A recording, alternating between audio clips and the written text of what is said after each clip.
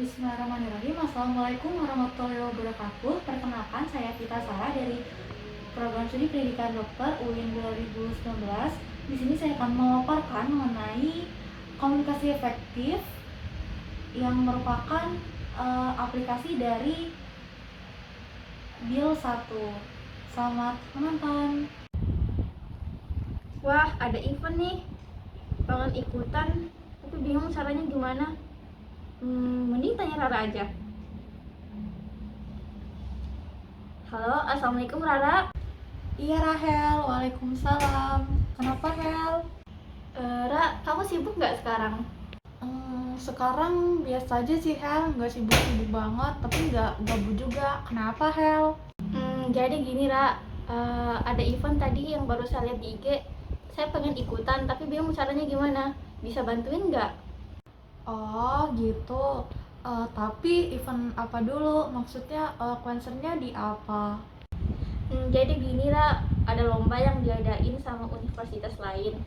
Jadi lombanya itu yang diadain tuh ada literatur review, terus video edukasi, sama poster.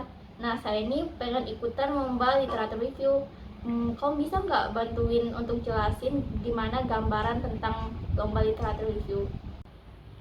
Oh, literature review. Oke deh.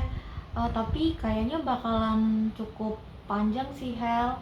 Kalau misalnya kamu mau, datang aja ke rumahku. Nanti aku jelasin. Terus juga aku liatin sekalian contohnya litref punya aku yang kemarin-kemarin gimana. Oh, oke, makasih banyak ya. Saya kesana sekarang. Iya Hel, aku tunggu ya di rumah. Waalaikumsalam Hel, hati-hati. Assalamualaikum. Waalaikumsalam. Hai Rahel, Halo sini Rara. duduk. Ya,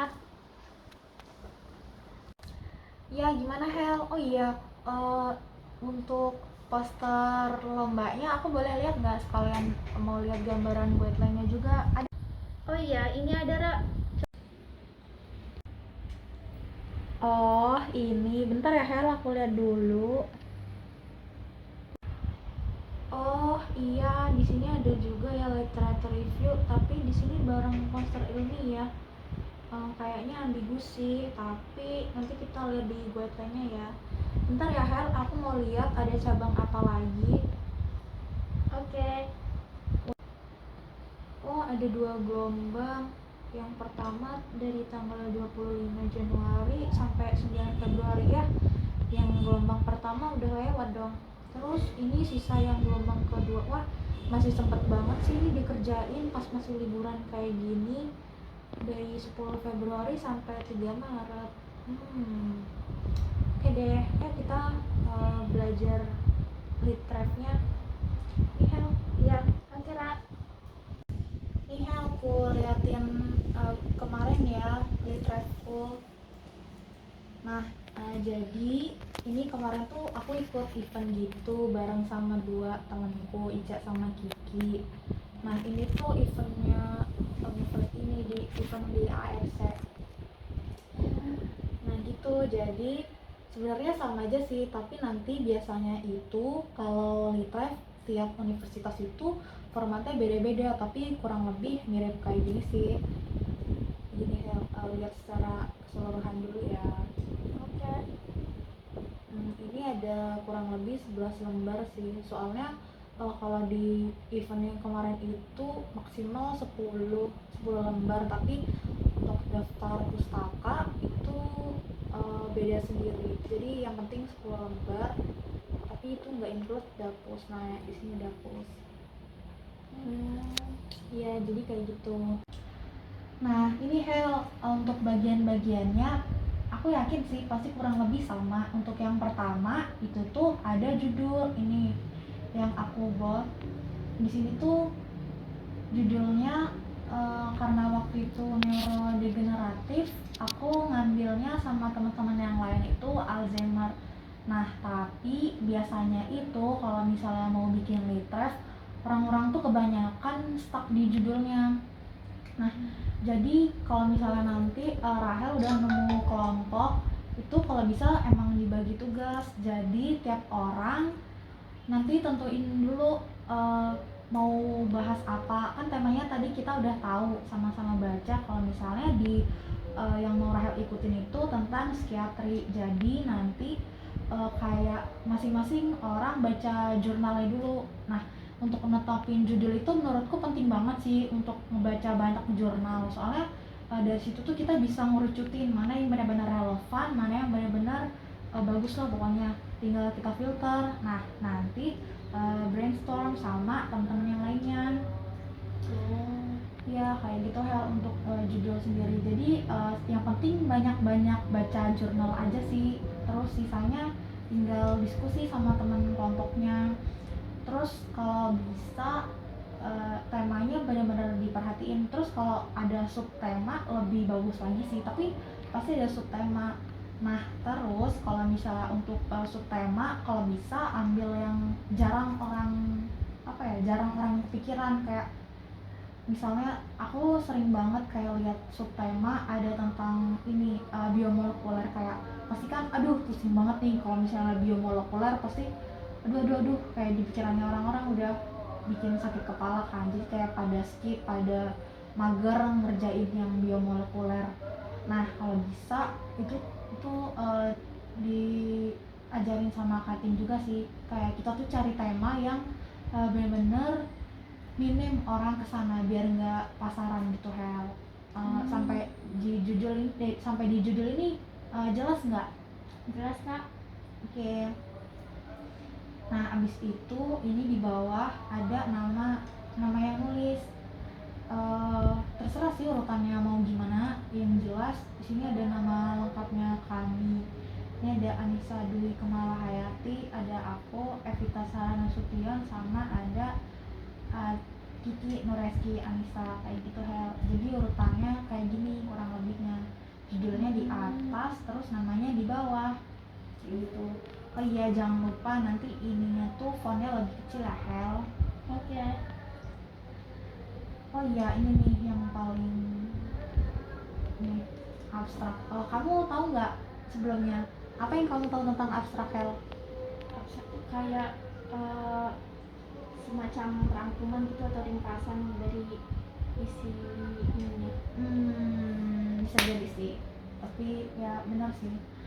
Nah di abstrak itu sendiri itu ada apa ya, ada beberapa, terdiri dari beberapa ini, kayak yang pertama nih ada yang kubot, di sini ada latar belakang, terus ada juga ada tujuan, terus metode, terus ada diskusinya juga, hasil sama simpulan. Jadi kayak di abstrak ini kita tuh bener-bener madetin, bener-bener ngerangkum apa aja yang ada di dalam literasi kita. Kayak ini tuh yang bikin orang cukup tertarik, kayak orang tuh udah ngebaca oh ternyata mau bahas ini gitu.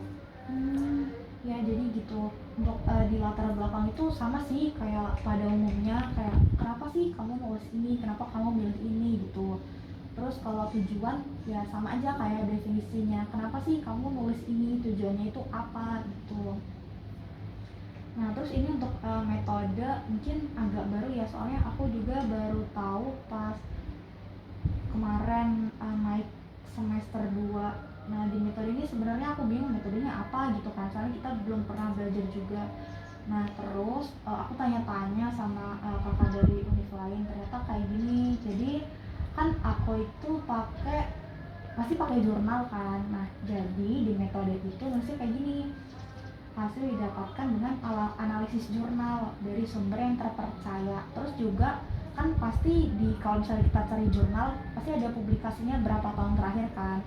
Nah aku itu sama teman-teman yang lain juga, kita tuh filter pakai publikasi 5 tahun terakhir. Terus juga kayak udah kebiasaan kan, kita dulu dari zaman semester 1 pasti dipatok 5 tahun terakhir. Nah makanya di metode ini aku nulisnya kayak gini, pakai analisis jurnal, filter publikasinya itu 5 tahun terakhir kayak gitu Hel. Nah terus diskusinya ini yang jadi bahan diskusi sih.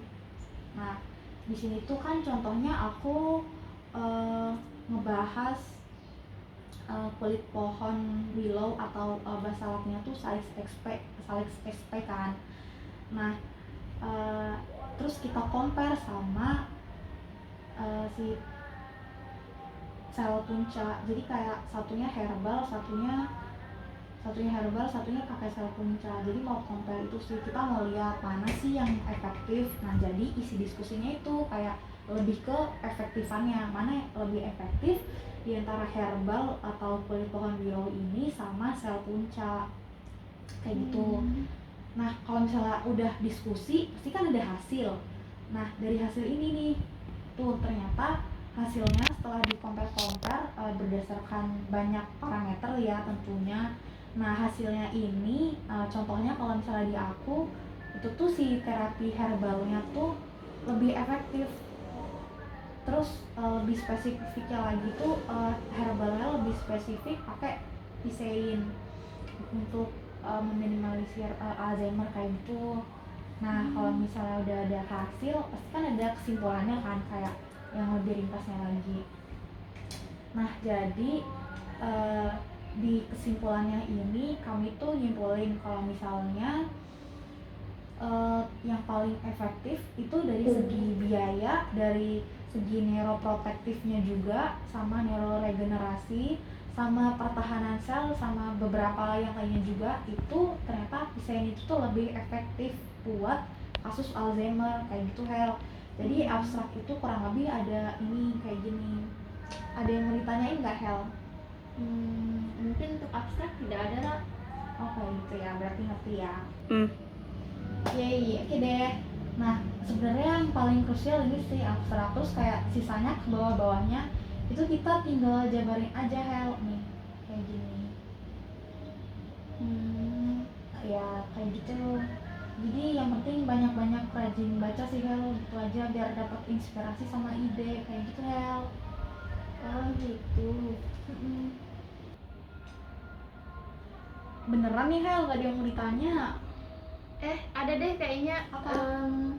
Saya mau nanya dapusnya itu biasanya harus berapa? Oh, kalau misalnya dapus itu sama kayak yang kupaparan tadi sih, beda-beda. Nanti lihat aja di guideline-nya. Jadi kayak kita penting juga sebelum nulis itu kita tahu aturannya tuh gimana gitu. Tapi paling ya seringnya tuh kayak minimal 10 kayak gitu, Hel. Begitu. Oke deh. Makasih banyak ya Rara. Iya, sama-sama Rahel. Semangat ya, semoga Iya. menang. Oke. Mungkin saya sekarang pulang dulu ya Ra. Oke deh, Makasih hati-hati banyak ya. Hel. Iya, dadah. Assalamualaikum Rara. Dadah. Waalaikumsalam.